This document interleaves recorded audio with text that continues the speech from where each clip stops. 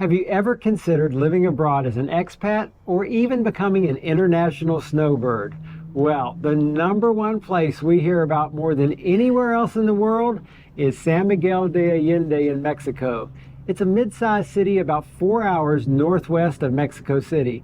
Now, we've heard so much about this place, we decided we had to go check it out. We did. So before we left on our last leg to India and Africa, we booked a slight detour before we returned back to the States. We not only knew that we'd be craving street tacos, but we wanted to check out San Miguel and learn what it has to offer. So we explored expat life, toured the area, and even talked to a realtor and local expats to get a deeper understanding of what it has to offer and the steps needed to move and become expats. Today, we're going to share with you what we learned and give you our impressions of this beautiful city. So let's go. We're John and Beth, and we are the Retirement Travelers. First, if you're wondering where we are as we travel the world, we keep our Instagram updated to our current location. We also have a newsletter and a website, so check them out. San Miguel de Allende is a very charming city in the central highlands of Mexico. And while it's not the typical beachfront paradise people imagine for a Mexican location, we were surprised at how many U.S. expats and retirees call it home. In fact, the expats we met said that they've never looked back when they think about their decision to move there. Some even called it the best place to live in Mexico, and we can see why now. The climate is the first reason San Miguel earns extra points.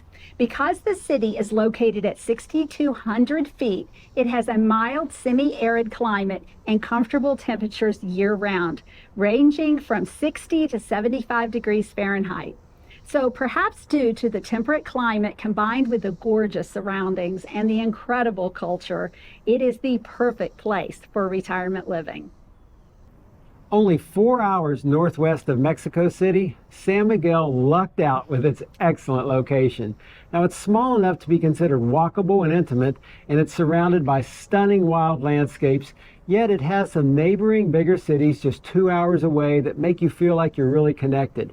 Now, these cities like Querétaro, León, and Guanajuato, they house all the things you might miss in San Miguel, like, Walmarts and Costco's and other department stores to pick up those niche items or to stock up in bulk. Conveniently, those cities are also where the airports are located. Then it's just a short flight to major U.S. cities and you are reunited with your loved ones back home.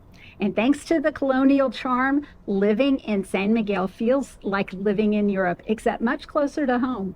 San Miguel is known for being one of the safest cities in all of Mexico. The local government places emphasis on maintaining public safety, and you'll notice more police on duty the closer you get to El Centro. Now, thanks to these measures, the city benefits from a lower crime rate compared to other Mexican cities. Also, San Miguel is very pedestrian friendly, and expats say they feel comfortable navigating the city on foot, even towards nighttime. However, it's still important to exercise caution and be mindful of your belongings. Living in San Miguel, you won't find yourself missing the comforts of home. Familiar amenities and good infrastructure are abundant, including state-of-the-art healthcare. Healthcare in San Miguel is both affordable and high quality. Between public and private hospitals and specialized professionals offering U.S. standard service in the area, you will be satisfied with every need, even cosmetic. And rest assured that you are getting excellent care. The icing on the cake is that many medications available in Mexico are significantly cheaper than they are in the U.S. We stocked up on John's Eliquis while we were there. San Miguel is a UNESCO World Heritage Site, and it's known for its well-preserved colonial architecture, its vibrant art scene, and festivals full of pageantry.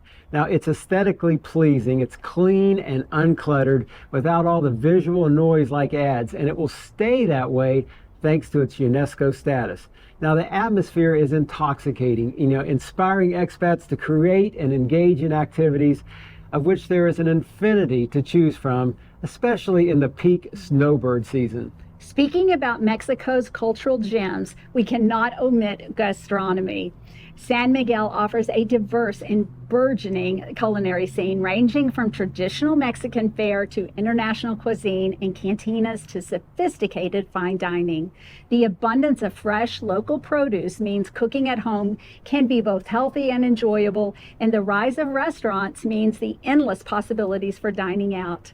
Vino virtuosos will be pleased to learn that San Miguel is one of the destinations on Mexico's wine route. The area boasts stunning boutique haciendas and wineries offering unique high desert wine. One more note, we visited the city market because we would never consider moving to a place without access to good food, but we were blown away by this grocery store. Now it felt like Whole Foods, only much better. It had wide aisles, was probably the cleanest store we'd ever been in, and it offered every brand you could wish for. It was probably the best grocery store we had ever been in. We simply loved it. San Miguel de Allende has a large, well-established and welcoming expat community happy to provide a support network for newcomers. The community swells in winter when snowbirds flock to San Miguel and the town gets livelier. Various groups, clubs, and events make it simple to form new friendships, especially with English being widely spoken. However, learning Spanish will help you integrate better. Although not quite as affordable as other parts of Mexico, the cost of living in San Miguel de Allende is significantly lower compared to the United States. A very comfortable lifestyle will cost you somewhere between $1,500 and $2,500 a month. Now, beyond that is referred to as more luxury living. Now, with more affordable housing, utilities, food, and healthcare, your dollar will stretch much further than stateside, allowing you not only to maintain the lifestyle you're used to, but also elevate your standard of living. From our research and speaking with expats in San Miguel, here is a breakdown of the general steps involved in moving to Mexico. However, we urge you to do your own research because everyone's situation is different. Yes, San Miguel de Allende is stinking cute and magical and casting a spell on all of its visitors. You know, maybe it's the warm facades of Spanish colonial buildings that catch the sun and reflect the golden glow. Maybe it's the art. But if San Miguel already seems like the perfect match at this point, no amount of words can place you among the ambiance. You have to visit first to experience the city before making major decisions. As a tourist, you get 180 days visa-free entry to Mexico. Take advantage of that and spend 6 months living in San Miguel, soaking in what it has to offer. It's an excellent opportunity to identify the neighborhood that suits your needs, find a community, and confirm that the vibe is the match for you. While many locals and expats speak English, learning Spanish will alleviate some of the stress from your relocation experience and help you integrate better. Not to mention, it will open up another door to advice and resources that will prove to be useful in sorting out all your documents and looking for accommodations.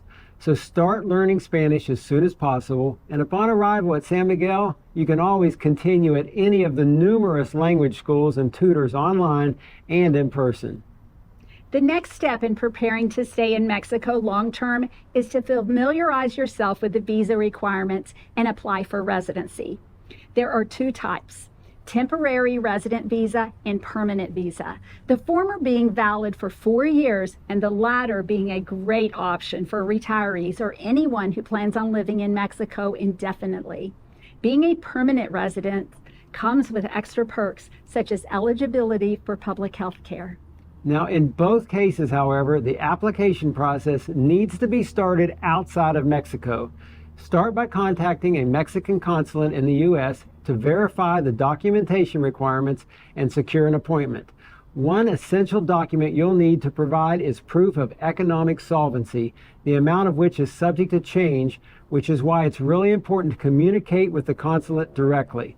Now, to complete the application process for both visas, you must be at an immigration office within 30 days of your arrival in the country and submit all the additional documents, including your proof of address in Mexico.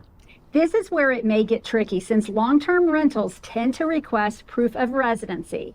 Conducting research and preparation before your arrival with the help of expat Facebook groups and experienced real estate agents will go a long way in solving this issue without compromising the 30-day time frame. An alternative is to secure temporary accommodation and negotiate for utility statements with your landlord, hopefully flashing your newly acquired Spanish skills until your paperwork is sorted. You can start this process before or during your discovery visit, gathering information and contacts and mapping out the neighborhoods you like. Such an approach will help you tackle the catch-22 situation we mentioned. Most expats choose to rent initially to get a better sense of where in the city they want to live permanently. If you are in the market to buy property, there are questions about restricted zones and land ownership rights to address, and it's important to consult a legal expert on these nuances. A risky and complex endeavor recommended to avoid is buying ejido land. Essentially, this is land owned collectively by the local community and cannot be sold without legal intervention to convert it to private property. The other are restricted zones, which prohibit foreigners from buying land within 31 miles of the coastline and 62 miles of any international border. Now, there's a way around that, through a bank trust, but the good news is that San Miguel de Allende is well outside of these zones. So as long as it's not ejido land, you will gain direct ownership. While furnishing your new home is the fun part, moving your belongings isn't. Decide what you will bring with you and what you will purchase locally. Now, we recommend you become a student of Swedish death cleaning, and we made a video about this that you can watch after this one that will help you think about downsizing. Shipping personal belongings can be very costly, so it's often more practical to sell your items in the U.S. and buy new or pre-loved items in Mexico. Given San Miguel's artisanal flair, we are sure you will find plenty of unique upgrades. We met a lovely realtor, Christina Valencia, while we were in San Miguel, and we will leave her information in the description below. She was affiliated with Coldwell Banker, so check her link and contact her for questions about property. Her office was located downtown and was very easy to access. The way we see it, moving to San Miguel de Allende isn't just about changing your address, but an opportunity to reinvent yourself. We hope this answers your questions about living or retiring in San Miguel. Of all the places that we've ever traveled, this one ticks so many boxes for us. And if we were considering becoming full-time expats, it would be at the top of our list. If you're interested in international snowbirding, this is a great city that offers golf and other activities that many Canadian and U.S. retirees love. So be sure to check it out, and we'll see you next time. Be sure to hit subscribe and follow along on our retirement journey around the world.